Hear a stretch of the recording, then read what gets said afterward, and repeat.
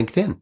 All right, so novel therapeutics for Waldenstrom Macroglobulinemia with Dittus, DO, MPH, and let's find out a little bit more about Dr. Dittus. There's all of that. We're not going to read all of that. Instead, what we're going to do is talk about a few highlights.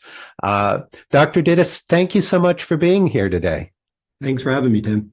Absolutely. So you completed medical school at New York College of Osteopathic Medicine and trained in internal medicine at Lenox Hill Hospital in New York City. Mhm. And sorry, my mouse is being a little sticky here. Don't know what it's doing. Oh, you know what? I bypassed something. So let me go back to that. There's our disclaimer, and then let's do our poll everywhere question. Oh, I'm sorry. I think what happened is there should be some slides in here that are not popping up. Bear with me for a second.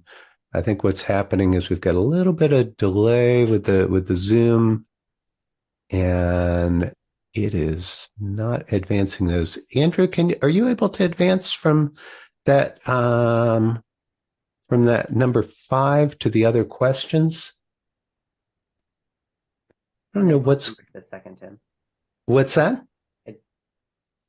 This is the next slide, actually. Okay. Okay, I'm going to go ahead and read. I've got another place where I can read those. So let me just go ahead and share these that way. So pay no attention to that slide there. What you also need to know is that following his internal medicine training, Dr. Dittus completed a fellowship in hematology and oncology at Boston University Medical Center, where he served as chief fellow. And Dr. Dittus, you are currently an associate professor of medicine in your 9th year. Is that right? Yep, that's right. At University of North Carolina, Chapel Hill, and specializing in the diagnosis and management of all types of lymphoma, and particularly interested in rare lymphomas such as Waldenstrom Macroglobulinemia, primary central nervous system lymphoma, and virus-associated lymphomas. So let's take a look at that poll everywhere question. And that is Waldenstrom's macroglobulinemia, or WM, or Waldenstrom's, is an uncommon blood cell cancer that originates from malignant B cells. So that's a true false. Put up our continuing education disclaimers, and let's take a look at the results. Sorry about that little technical glitch a second ago. All right. Looks like they're trending pretty heavily on the true. How did they do, Dr. Dittus? Yeah, they did great. So this is we'll get into it, but Waldenstrom's is a subtype of B-cell non-Hodgkin lymphoma, so that is correct. All right. Well, I'm going to turn it over to you, and thank you again for being here today. We're looking forward. Thank you. Appreciate it. Thanks for coming today, everyone. We're going to be talking about novel therapeutics for Waldenstrom macroglobulinemia. That's probably the last time I'm going to say that whole name. We usually just call it Waldenstrom, so that's what I'll be saying moving forward. We're going to have a kind of an overview of Waldenstrom's, which is going to start with a case presentation, which will kind of put things in context. We'll go over some background for Waldenstrom's, as well as the diagnosis and workup, and then we'll get into a big chunk of the talk, which will be on how to treat this disease, and then any research or novel treatments that are kind of next phases of what we want to do for this disease down the road. So starting with the case presentation, this is based on a real patient I had here at UNC. So this was a 53-year-old male, and he presented with a headache, weight loss, and some cervical lymphadenopathy at an outside hospital. He had, was an otherwise healthy guy, had a good performance status. So all this was a huge change for him. When he went to his doctor and they sent some lab tests out, they sent for just a basic blood count. And the lab noted that the plasma was thick, and the smear showed this thing called a rouleau formation, which is some stacking that happens in the red blood cells when the blood's very thick. So luckily, there was a pretty astute outside doctor who was concerned for what we call hyperviscosity, and we'll get into what that means. And the patient was transferred over to UNC in Chapel Hill. Once the patient was here, some more blood work was done, including what's called the serum viscosity, which basically tells us how thick the blood is, and it returned at a level of 5, which is elevated. An IgM level was obtained, which was over 8 grams, and that was as high as the lab cutoff was. So basically, somewhere over 8 grams was which is very, very high, and we'll get into those numbers later. And his blood count we were able to run a blood count, and he was shown to be anemic, but otherwise his blood counts looked okay. And the primary team consulted transfusion medicine to discuss a plasma exchange, which is an emergency treatment when the blood is very thick and it's starting to cause symptoms in the patient. So now let's get into some background. So as we already briefly mentioned, Waldenstrom's is an indolent B-cell non-Hodgkin lymphoma. But what makes it unique is that it is associated with an IgM paraprotein. So IgM is an antibody in the blood that's released from some B cells as well as plasma cells, which are in different immune organs as well as the bone marrow throughout the body. And we could detect that in the blood, and we can monitor it. The primary site of this disease is in the bone marrow. The disease is most common in older white males, and it is a rare disease. There's, somewhere between 2,000 and 3,000 cases a year in the US, which you really need to put in context. If you look at the most common types of lymphoma, there's more like 20,000, 30,000 cases a year in the US. And if you look at solid organ types of cancer, such as breast cancer, colon cancer, prostate cancer, lung cancer, there's over 200,000 cases a year in the US of those much more common diseases. So we're really dealing with a rare disease here, which means that it's really important that outside doctors know what initial workup to do and when to refer a patient to a tertiary center that may see this disease more frequently. Incidents, like I said, some data from last decade showed that there was a little over 2,000 cases a year. Another name, and we'll get into kind of the subtle differences here, another name for Waldenstrom's is lymphoplasmacytic lymphoma, and I'll kind of get into what that means in a few minutes. Some more background slides. Again, this is a chart breaking up Waldenstrom's cases by ethnicity as well as male and female, and you could see the most common group here are white men. And then if we look at the same kind of breakdown by race and ethnicity, and we look at that by age, you can also see that the numbers really increase as patients get over into the 50s and definitely in the 60s, 70s plus, and much more common in white patients. So let's talk a little bit about diagnosis and workup. I'm going to start with the diagnostic criteria, and then we'll kind of get into what all these things mean. But I think just kind of putting up there how we diagnose this disease, just so we kind of know what we're dealing with is a better way to start.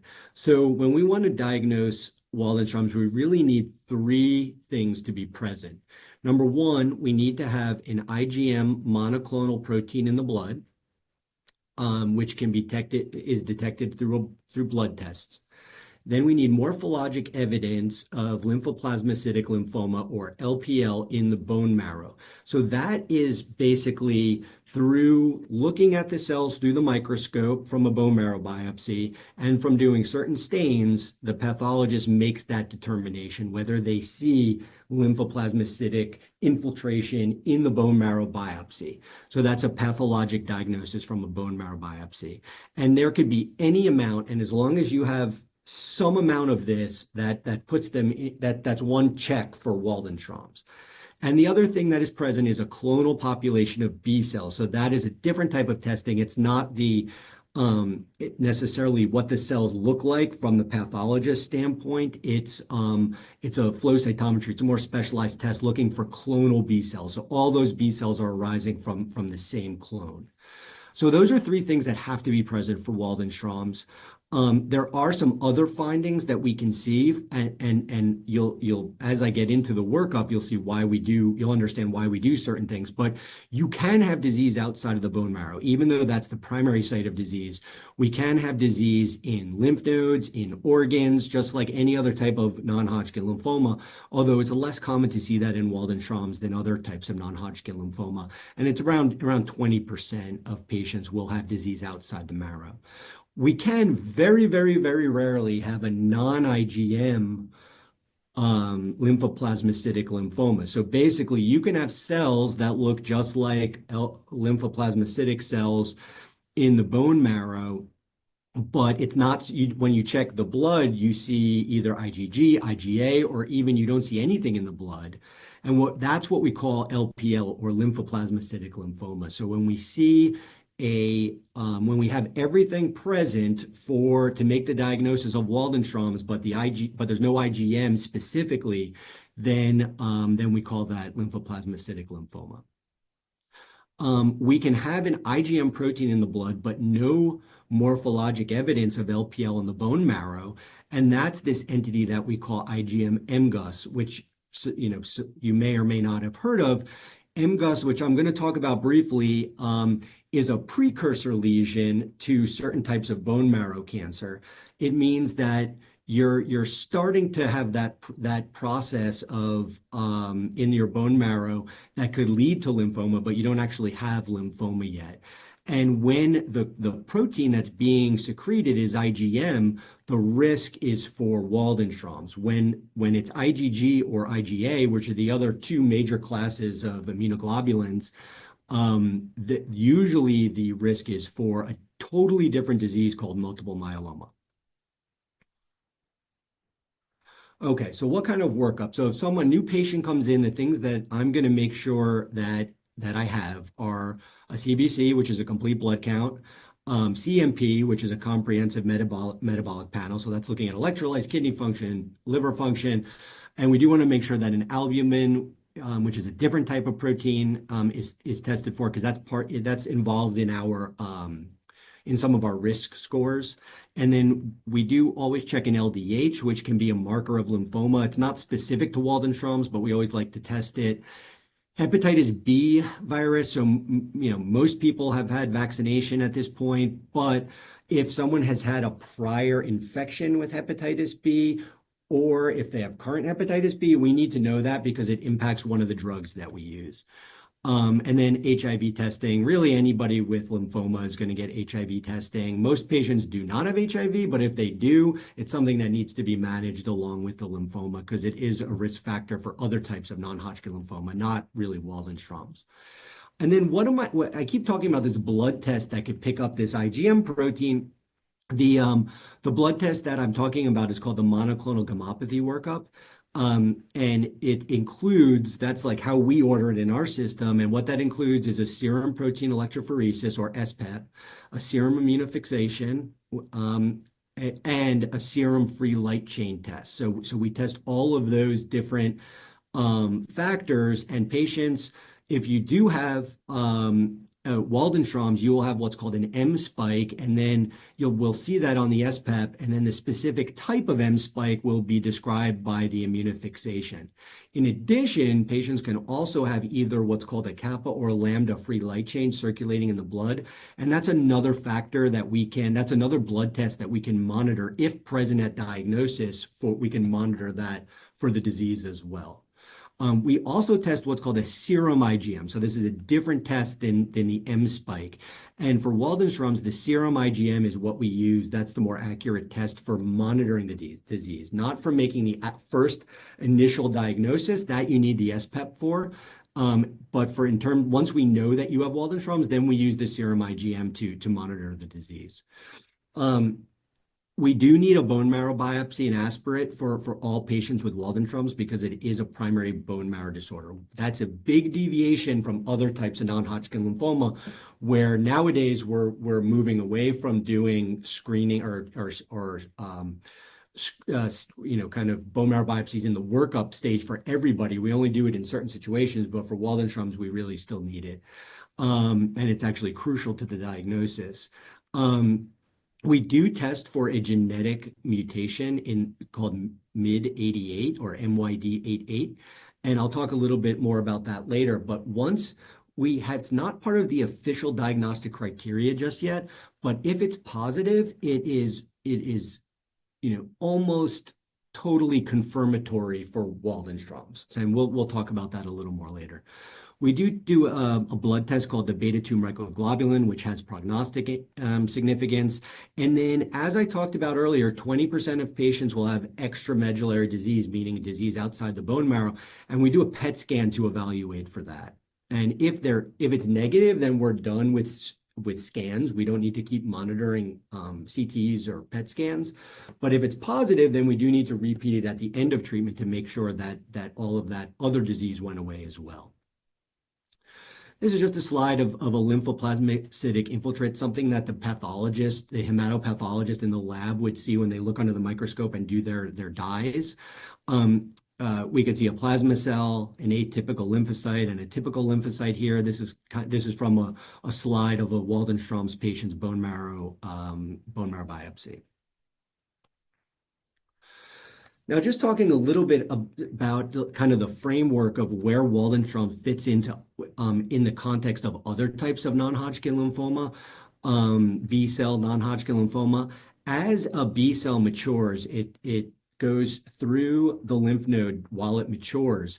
And what it does is it starts as a naive B-cell, and then it passes through the germinal center of the lymph node. When it's doing that, it picks up a marker called CD10, and this is used diagnostically for the pathologist and for the oncologist to really help determine what the subtype of lymphoma is.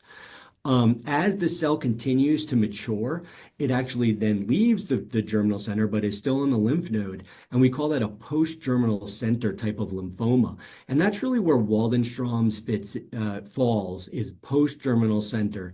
And another type of lymphoma called marginal zone also falls into that category. And as you could see, at that point, once it's post-germinal center, the B cell, when it continues to mature, it will then leave the lymph node, land back in the bone marrow, and then will lose its B cell markers and become a plasma cell. And that's what we call multiple myeloma. Now, these are often confused because multiple myeloma also produces a paraprotein in the blood. So does Waldenstrom's, and marginal zone can too, but what you could see if you look from left to right is a progression of the cell. It's really a continuum as that B cell goes from naive B cell on its way to becoming a plasma cell. Where we're really catching it in terms of Waldenstrom's is somewhere in the middle here. That cell is kind of already started on its way to becoming a plasma cell, and that's why it's kind of like it has some features of plasma cells, and our treatments sometimes target that. But at the end of the day, it is still a lymphoma because it expresses all of B cell markers. So it is technically a lymphoma, but that does make it unique because it does take on some factors of the plasma cell. In terms of the diagnosis and the immunophenotype. So this is when we're looking at the B cell clone by flow cytometry from the bone marrow specimen. These cells will be CD20 positive because it is a B cell lymphoma. If this was that other disease that I was talking about, multiple myeloma, where the cells had become plasma cells already, then they would not be CD20 positive. But these are CD20 positive. Next thing we check is CD5. Okay, if that's negative, then we check the germinal center marker, CD10.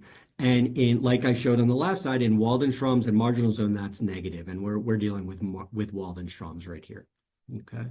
So that's just some slides putting things into context, how we make the diagnosis that this could potentially be a Waldenstrom's. That's like one of the factors. That's that B cell clone. Those are the tests that we're doing to show that portion of our diagnosis. Now, like I said, we do actually have some molecular testing as well. And there is a mutation, the MYD88 mutation, that we can test via PCR that is present in 96% of Waldenstrom's. And really, we're at the point nowadays where we could say that it really is present in all Waldenstrom's. It's not part of the technical criteria at this point, but it is heavily important in our diagnosis. To the point where if we think someone has Waldenstrom's and the MYD88 is negative, then we kind of are question our diagnosis a little bit, and we start to think maybe this could be some other type of B cell non-Hodgkin lymphoma like marginal zone.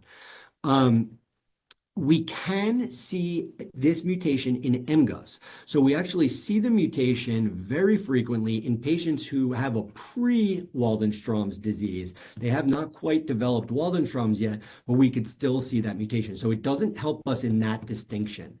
It is exceedingly rare in myeloma and other types of non-Hodgkin lymphoma outside of immune privileged sites such as the brain or some other areas. The CXCR4 mutation is found in about 30 to 40% of Waldenstrom's.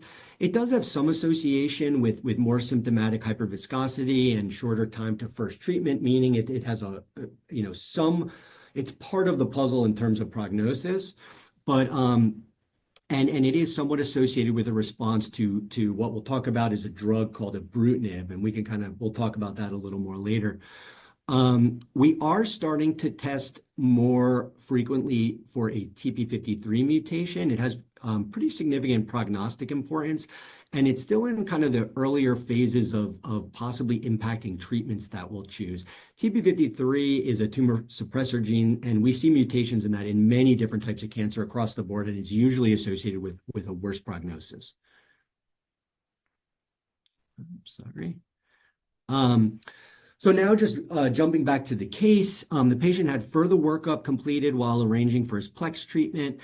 He had that monoclonal gammopathy workup and was found to have an IgM kappa clone with an M spike of 6 grams. The kappa free light chain was 3.3, and the ratio was shifted towards the kappa light chain, which is something that you see when you have a clonal process such as Waldenstrom's. CT imaging showed lymphadenopathy in his neck, his axilla, which are the armpits, as well as some mediastinal, which is lymphadenopathy in the chest. And he did have a bone marrow biopsy, which came back showing 50% lymphoplasmacytic lymphoma by morphology.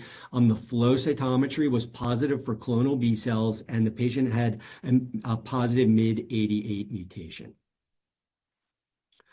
So my first question is, the patient meets the following Waldenstrom's diagnostic criteria, and the options are the patient has an IgM paraprotein, do they have an LPL on the bone marrow morphology, do they have clonal B cell population, or do they have all of the above? And I'll give you a few seconds to answer that.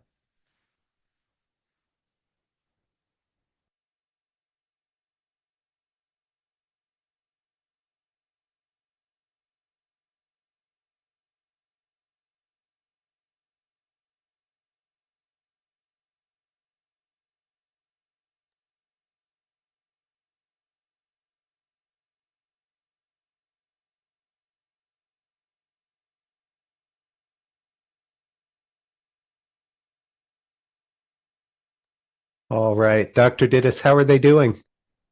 So they're doing great. So the all of the above was the correct answer, and most people put that. The LPL on bone marrow morphology was correct, but they also had that clonal B cell population from the bone marrow specimen, as well as he also had the IgM paraprotein on the SPEP and the immunofixation. So the patient did meet all three of those criteria and was diagnosed with Waldenström.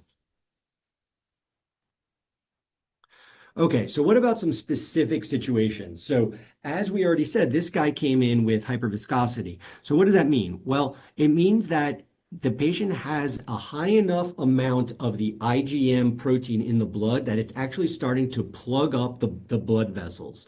And what that can cause is things that you would associate with not getting enough oxygen to tissues, such as stroke-like symptoms, strokes, heart attacks, other types of vascular abnormalities. And this can happen very quickly. If patients present with this, it's an urgency or an emergency, depending on how symptomatic they are. And it is an indication to get started on treatment very quickly. And usually they will be started, as long as they're symptomatic from it, they will be started on plasma exchange treatments to reduce that protein in the blood temporarily. That's not a long-term fix, but it's something we do to temporize until we could give a longer-term treatment. If patients come in like that, they should have neurologic evaluation, full neuro exam, brain MRI, retinal exam, possibly, spinal imaging, lumbar puncture, that kind of thing. And then a serum viscosity should be checked in the blood. And if that's positive, then that shows that the blood is very thick, and we're really starting to think that this could be Waldenstrom's.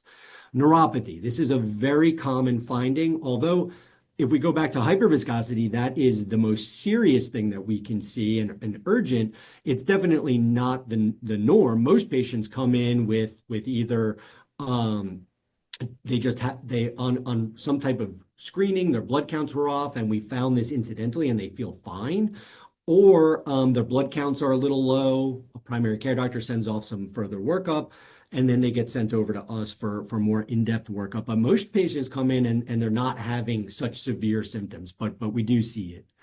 Neuropathy, though. Neuropathy is very common. The IgM protein itself can attack peripheral nerves.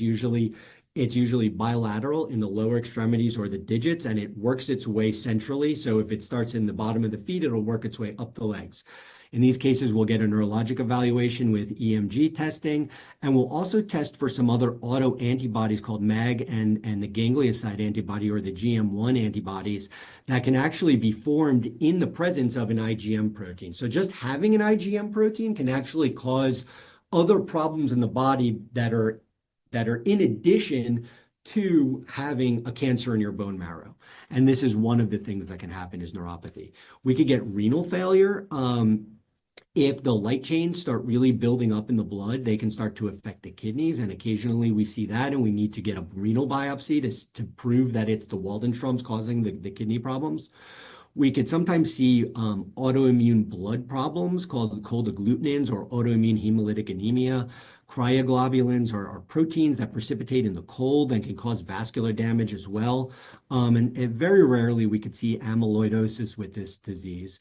These are all very specific situations. Patients are really going to present very differently if they have any of these. It's just a way of showing kind of the spectrum of how patients with Waldenstrom's can present. We do stage Waldenstrom's just like all other non-Hodgkin lymphoma. That being said, this disease by definition has bone marrow involvement. So a lot of patients are just considered to be stage 4 right off the bat, because bone marrow involvement does put you into the stage 4 category. We do have a prognostic risk score, which takes into account age, which is very important in terms of what types of treatments you can tolerate and how much your bone marrow can recover. Beta-2 microglobulin, which, as I told you, is a blood test, has importance in prognosis. LDH is a blood marker, as well as albumin. So this, depending on your age and whether these other blood elements are high or low, will put you into a very high risk category, which is down here, which is down at the bottom, versus a lower risk, which is up at the top. And I did just want to kind of go back a little bit to MGUS, because it is important, because this is really what a lot of people, especially outside of my office, will see, and a lot of patients will come in. I see a lot of patients with IgM MGUS. The important thing to remember is that IgM MGUS is different than IgG and IgA MGUS.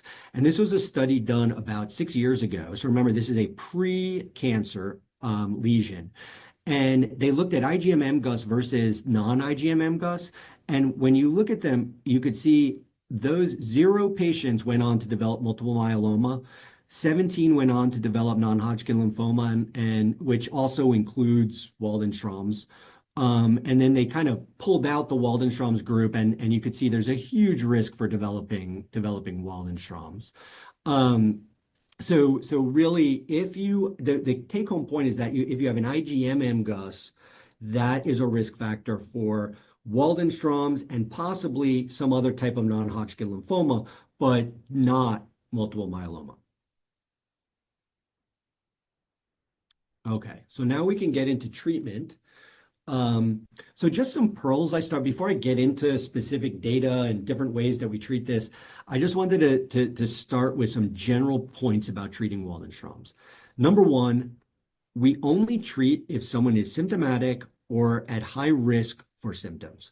Meaning if you have an elevated IgM, you have a bone marrow biopsy, you have Waldenstrom's, but you feel great and your blood counts are great, you don't need to be treated. You just need to be in active surveillance, meaning you're going to come in to my office, see me every 3 to 4 months for the first year. If things are stable, we might back that up to twice a year. I have some patients who I see once a year and they're totally stable, even though they have cancer in their bone marrow. So that is the way that this disease progresses. It's really a slow growing, or the word we use is indolent non-Hodgkin lymphoma. Second point, is that sometimes patients can have a very high IgM level and still not be symptomatic. Unless it gets over 6 grams, we don't initiate treatment without symptoms. So the one caveat to only treating patients who are symptomatic are if they're high risk for symptoms, AKA high risk for hyperviscosity. And that I'm going to show you a chart in a couple slides. That risk just really jumps through the roof when you have over 6 grams of this protein in your blood. Those patients will get treated regardless of symptoms. We only use plasma exchange or plasmapheresis for symptomatic hyperviscosity. So if someone comes in and they have a through-the-roof IgM protein, and maybe they're symptomatic from having anemia or low blood counts, unless they are actually having hyperviscosity symptoms, we just start normal treatment. We don't put them through the emergent treatment that we call plasma exchange.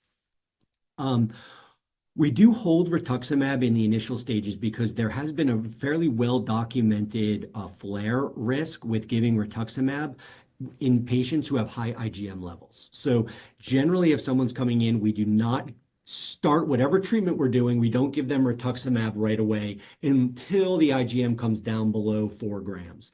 Now, if it's already at below 4 grams from the start of therapy, then we just go ahead and start with the rituximab. You really need something else with the rituximab to prevent that flare effect. Peripheral neuropathy can be seen with IgM MGUS or Waldenstrom's, and it can occur with or without a MAG antibody, which is the autoimmune antibody. So just having any amount of IgM, of clonal IgM in the blood can lead to peripheral neuropathy symptoms. Okay, those are my treatment pearls. Now getting into, sorry. Let's see, there's a little delay in this. We actually have a way of determining what the risk is for developing symptoms in Waldenstrom's. So if you come into my office and you don't have any symptoms, but we have diagnosed you with Waldenstrom's, we could plug in some 4 factors: the amount of involvement in the bone marrow, the IgM level, the beta-2 microglobulin, and the albumin level, and we could put you into one of 3 risk categories: low, intermediate, or high risk. Now, these are not this is not risk of death. This is risk of progression that requires treatment. So if you're in the low risk group, you're probably going to go 9 years before you need treatment. If you're in the highest risk group, you're looking under 2 years. So really, these low risk people I could probably just see once a year, whereas the high risk ones I'm probably going to see every 3 to 4 months. So it helps us with our surveillance. Remember, these are asymptomatic patients, so I'm not going to be initiating treatment yet. When to treat, we talked about this a little bit, but any of the things I talked about are reasons to treat, such as hyperviscosity, cryoglobulins, which are proteins that coagulate in cold temperatures, peripheral neuropathies, cryoglobulinemia type 2, different type of cryoglobulins, cold agglutinins, which is an autoimmune hemolysis, any type of organ dysfunction, B symptoms. So just like any other type of non-Hodgkin lymphoma, they can also have the lymphoma symptoms, which are the classic ones we call B symptoms, which are weight loss, fever, night sweats. One of the most common reasons that we treat people are cytopenias, meaning they're anemic or they have low platelets or they have a low white blood cell count because their bone marrow, which is the production factory for all those blood cells that circulate in your body, the normal production is being it's not able to produce the cells correctly or in the normal amount because more of the machinery in the bone marrow is being taken up by this lymphoma. If someone has bulky adenopathy, that's another reason to treat. Or if they're, like I said, if their IgM's over 6, that's automatic treatment regardless of whether they have any of these other factors. This was a study done a few years ago that basically just broke down the level of IgM and showed, what their risk of hyperviscosity was. So you can see the IgM level, so 30, 40, it's just using a different unit. That's 3 to 4. This is 4 to 5, 5 to 6. If you look on the chart on the right, and then over 60, which is over 6,000 or 6 grams, you could see that risk of hyperviscosity really goes up to over 60% of patients will develop symptomatic hyperviscosity in the near future, versus even between 5 and 6 grams, the risk is half that. So the risk does go up, but that's really kind of the turning point where you've got to make sure you get the patient started on treatment. Response criteria. So Waldenstrom's does have unique response criteria. And when I talk about response criteria, what this means for a non-oncologist is you come in with active disease and we give you some type of treatment, and then we want to say you're in some degree of you've had a response to treatment, and is that a good enough response where we don't have to treat you anymore and we could just put you back into surveillance and watch you? Because Waldenstrom, just like other indolent non-Hodgkin lymphoma, is not a curative disease. That's okay though, because of course we'd like to cure it one day, but that's still okay now because it's really a chronic disease we can treat. If it, hopefully we the patient gets into remission for many years, and then we have other treatments available. Now, of course, that's not good enough. We want to make this go away for good in all patients. But for right now, our goal is to get someone in remission when we have to treat them and kind of ride that out as long as possible. Interestingly, most types of lymphoma, we see complete responses, meaning, by imaging, we don't see any active lymphoma. Well, Waldenstrom's is unique because we don't, our way of monitoring it is not so much imaging as the markers in the blood and the bone marrow. So we often do finish treatment and we can still detect some IgM protein, and that's okay. And it does depend how much it drops. So if it drops over 90%, but we can still detect it, that's called a very good partial response. If it's between 50 and 90%, then it's a partial response. And those are okay because often over time, we'll see that deepen, and I'll show you that in a few more slides. Okay, so getting back to our questions, this patient required urgent treatment for Waldenstrom's due to hyperviscosity symptoms and an elevated IgM. Is that true or is that false? And I'll just give you around 10 seconds here just to keep things moving along.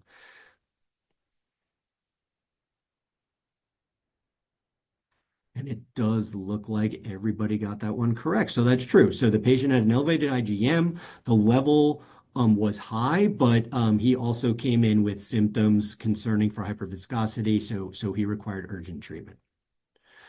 So continued, he had 2 urgent plasma exchange treatments that temporarily reduces the serum IgM level, and his symptoms improved. His IgM came down to 5.2, which is still very elevated, from over 8 grams.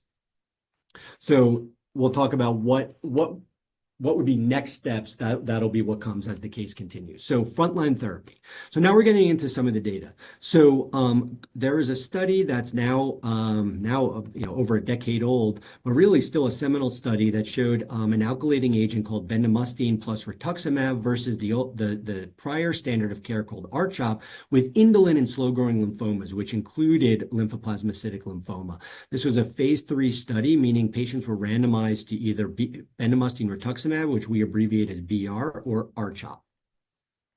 Histology, most of the patients had another type of indolent B-cell lymphoma called follicular, but about 8% had lymphoplasmacytic lymphoma. And the breakdown for LPL showed that the bendamustine rituximab group had a better progression-free survival than the R-CHOP group.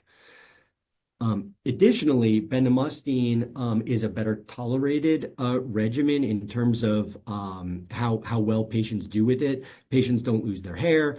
They can often continue working and doing things that they want to do. Fatigue is really kind of like the biggest side effect, but patients also don't get very nauseated from it. So it's kind of a win-win and has become the standard for the treatment of all types of indolent non-Hodgkin lymphoma in the frontline setting, including Waldenstrom's. Now, remember, I said bendamustine rituximab, but we don't always give the rituximab until that IgM protein has come down below 4 grams. Bendamustine rituximab in a retrospective analysis has been compared to another regimen called DRC that looked at a different alkylating agent, cyclophosphamide with rituximab and a steroid dexamethasone. And in this study, bendamustine rituximab across the board was a better regimen for this disease. And then we get into our really a revolutionary finding was when we realized that there was this new class of drug called BTK inhibitors. And BTK is a pathway that is a growth pathway in these lymphomas, in different types of lymphomas. And if we can block it or inhibit that growth pathway, we can slow and stop the progression of the disease and even reverse it and get patients into remission. And ibrutinib was the first in class for this class of drugs. It was initially studied in a prior study. This was a study that looked at a phase 3 study of ibrutinib plus rituximab in Waldenstrom's. And basically, the patients were randomized to ibrutinib rituximab versus placebo rituximab.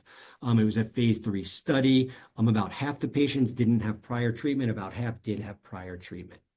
So this study showed a really big progression-free survival benefit for the ibrutinib rituximab arm. I say not surprising here because we kind of know now that rituximab alone is really not a particularly effective treatment for Waldenstrom's. Although there was no difference in overall survival, most patients who get treated with rituximab will relapse relatively quickly when it's just rituximab. So, and ibrutinib is really an excellent drug for this disease. So we could see there's a progression-free survival. And you may say, well, why wasn't there an overall survival benefit if it's so much better? Well, the thing is that like I said, this disease really has other good treatments. So although they progressed earlier, they went on to receive some other treatment and they didn't die from the Waldenstrom's, but they did progress earlier. But still, ibrutinib plus rituximab is a much better combination than rituximab alone based on these data. And that kind of fast forward us a couple years to a newer version of ibrutinib, which is a drug called zanubrutinib. And this was a phase 3 study looking at zanubrutinib versus ibrutinib in symptomatic Waldenstrom's, and it's called the ASPEN study. And this was actually a very important study published a couple of years ago. It was a randomized study, so patients were randomized to either the zanubrutinib or the ibrutinib. And there were 200 patients. Everybody had the MYD88 mutation. As I said, that's reasonable because basically all patients with Waldenstrom's have that mutation. But they had to have had at least one prior treatment. That was about 80%.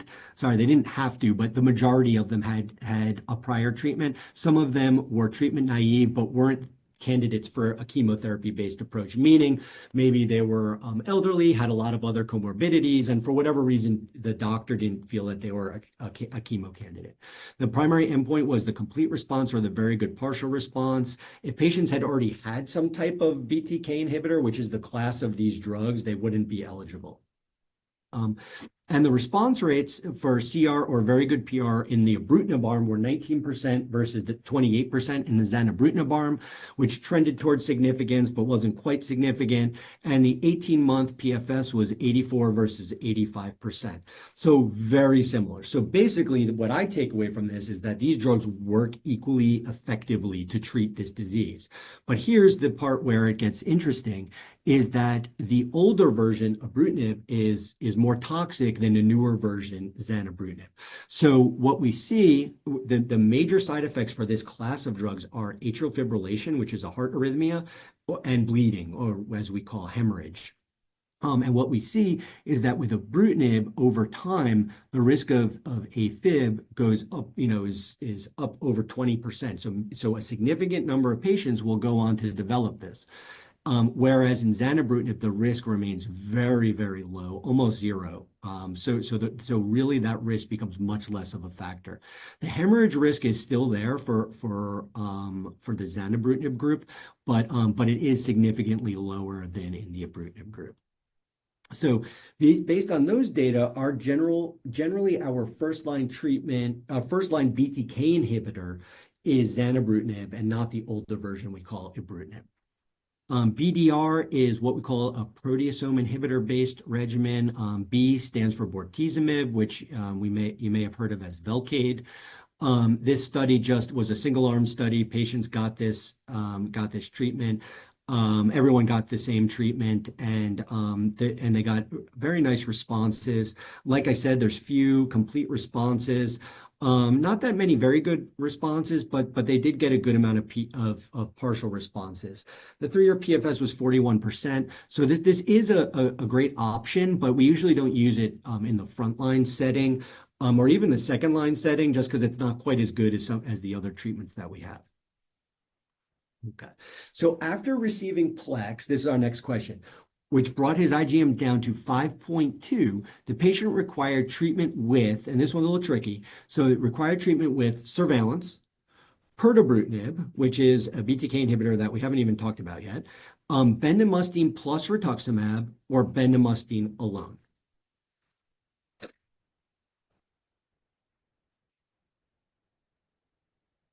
Remember, this one's a little tricky.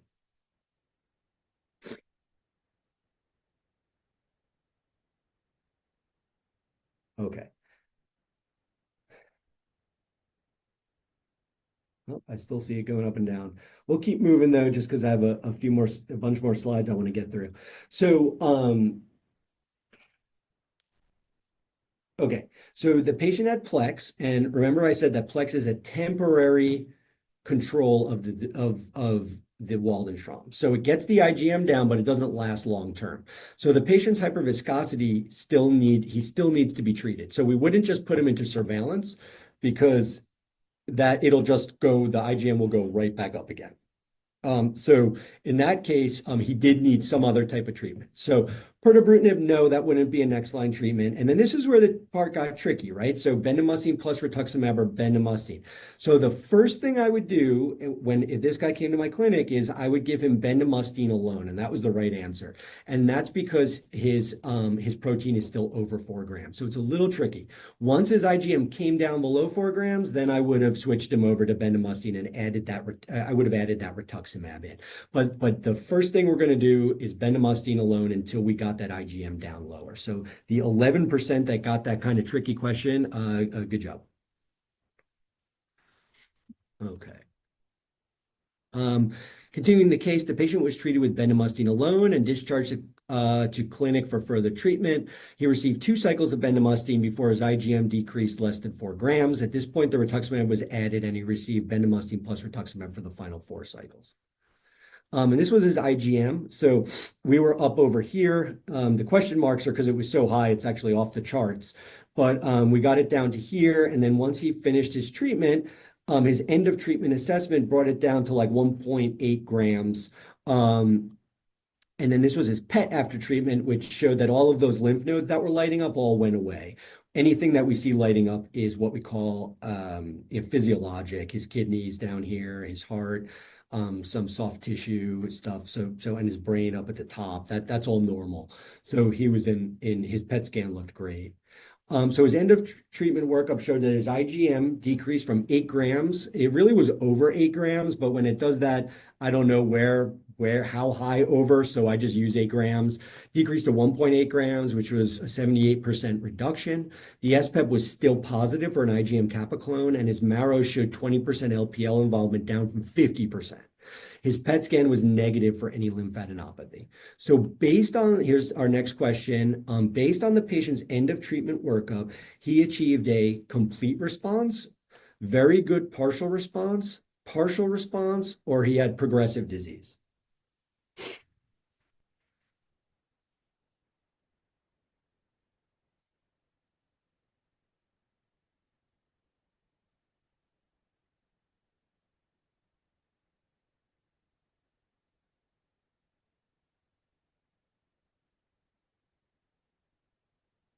All right, good job.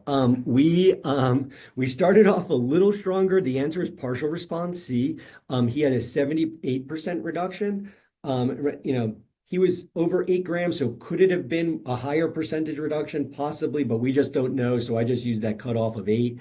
Technically, 78% reduction. You have to have a 90% or higher reduction to call it a very good partial response. So he falls into the partial response category. This is confusing stuff, so definitely don't get disparaged if you're not getting all the questions right. They're a little tricky too. I didn't want to throw softballs at you guys. All right. So, sorry, backtracking a little bit. All right. So now what about relapsed Waldenstrom's? So, we've got to sequence how we sequence therapy is important for this disease because most patients are going to require more than one treatment at some point because we don't cure people with the first treatment that we do. Cure is basically just a remission that lasts for the rest of your life. So, most patients are going to get bendamustine or bendamustine plus rituximab in the frontline setting. And then so then you would use a BTK inhibitor in the second line setting. And, you can use ibrutinib. Almost all of us use zanubrutinib nowadays. If someone wasn't a candidate for chemo and they got it, or for whatever reason got the zanubrutinib in the frontline setting, you can reconsider chemo in the second line setting. So you could kind of do those in whatever order. And then I'm going to show you some data for what we call a non-covalent or reversible BTK inhibitor, which is the newest one approved in this area in lymphomas, which is called pirtobrutinib, which can be used if you've had a prior BTK inhibitor. So basically, it is that class of drugs that still works if you've already had another type of that drug, whereas the other ones don't work as well if you've already had another type. The proteasome inhibitors, I showed you the BDR, the bortezomib data. There are newer versions of this, CARD, which uses carfilzomib, which is a newer version of bortezomib. That's an excellent regimen, does have some potential side effects. And the dosing, a lot of these proteasome drugs are given on a weekly basis and are injections. Or IV infusions. So patients need to come in a lot weekly. They are great regimens, but generally, we use them farther down the list. There is a very important newer drug called venetoclax, which is a BCL2 inhibitor. It's been around for a while now, but the data for Waldenstrom's are just a few years old. But it definitely is an effective drug that we use in the relapse setting. That's also a pill. So pirtobrutinib is that's the one that I said here, the non-covalent or reversible BTK inhibitor. So the initial studies are in another type of they're in basically all types of B-cell malignancies and primarily in CLL, which is a different disease than Waldenstrom's. But the initial cohort did include about 19 patients with Waldenstrom's and did show responses, about 68, 69% response rate, including in those who had had a BTK inhibitor before. And that's really the important and exciting thing about pirtobrutinib is that it works in patients who have progressed on a different type. In a study just looking at Waldenstrom's that came out a couple of years ago, 78% had a prior BTK inhibitor, and the major response rate was 68%. And for patients who had a prior BTK inhibitor, it was 64%. So not a huge difference whether they had one or not, which is great. So that's another option we can use if they progress on zanubrutinib.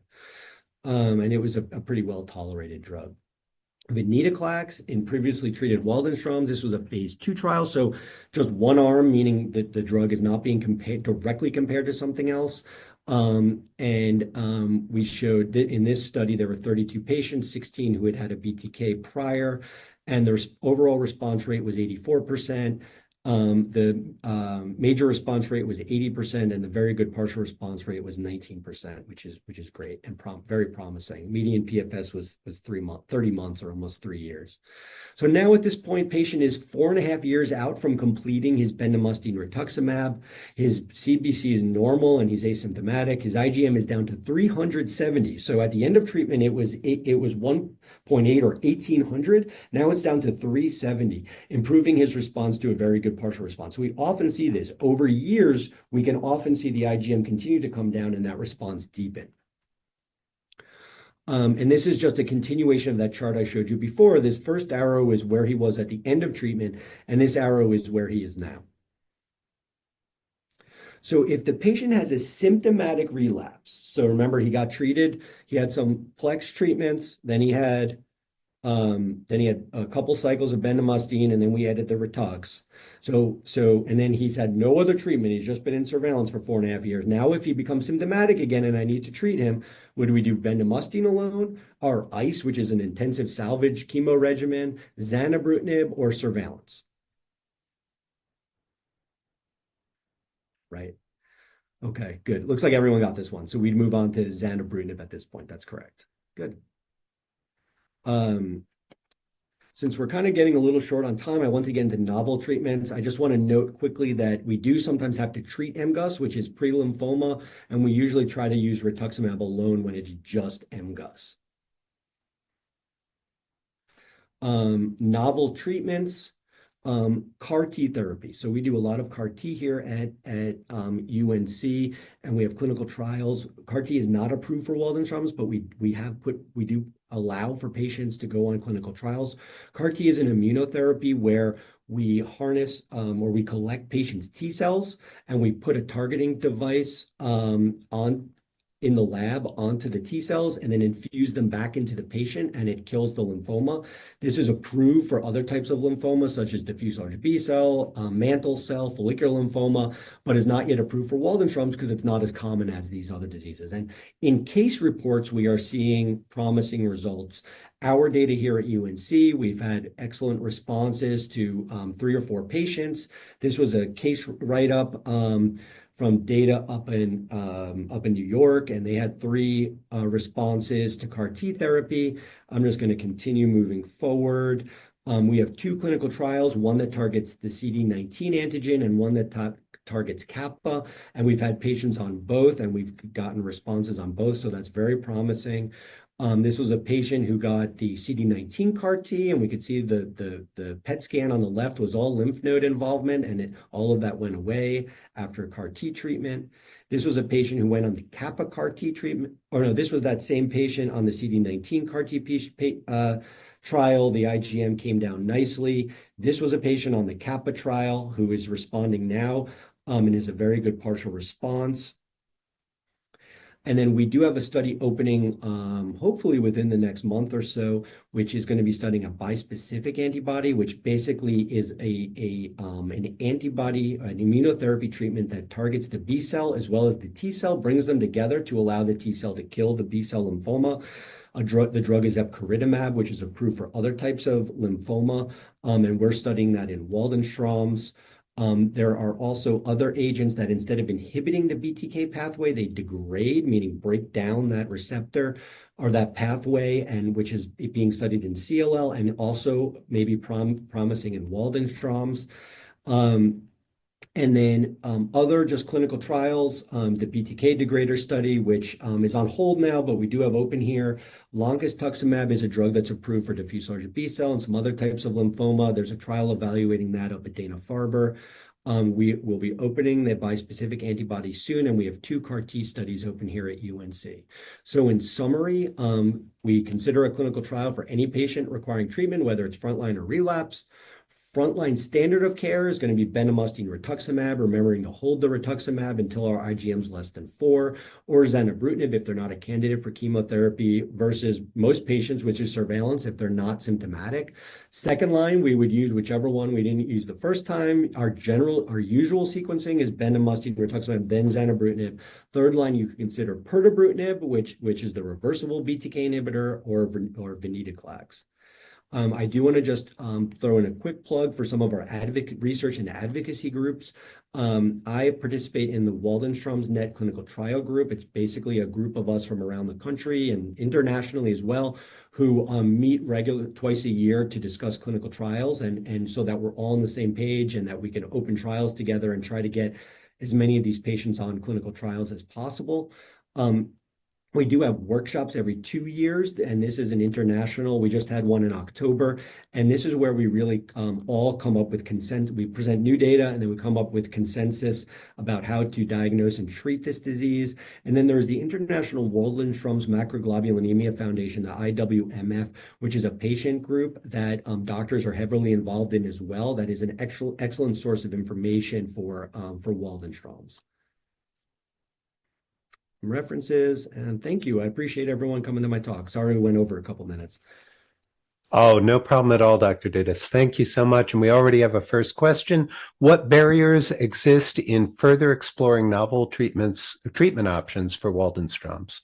So the major barrier for Waldenstrom's is the same barrier for other rare diseases.